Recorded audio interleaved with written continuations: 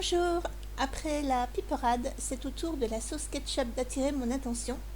Avec quelques essais qui n'étaient malgré tout pas infructueux, j'ai réussi à mon sens, selon mes papilles et celles des personnes qui ont goûté, le pourcentage parfait et la façon de procéder adéquate. Voici donc les ingrédients pour 1,6 kg de tomates. Certains éléments sont détaillés sur les photos.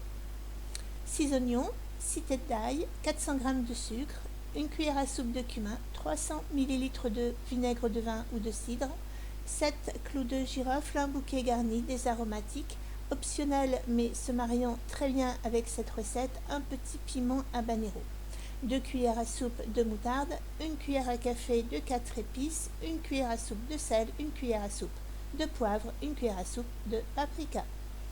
Dans un premier temps, je fais cuire les tomates avec le bouquet garni et les aromatiques.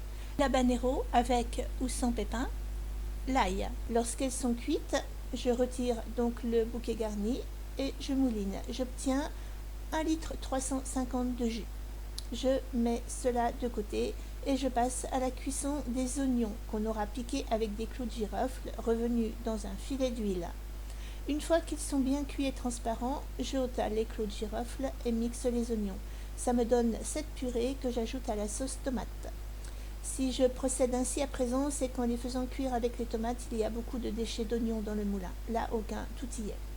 On peut verser à présent le restant des ingrédients, c'est-à-dire les épices, la moutarde, le vinaigre, le sucre. Bien remuer et laisser mijoter sans couvrir. Il faut laisser réduire. Il m'est impossible de donner une durée, ça dépend trop de la variété de tomates. Personnellement, j'ai laissé.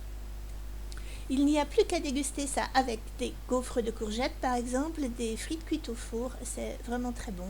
Bonne dégustation et à bientôt!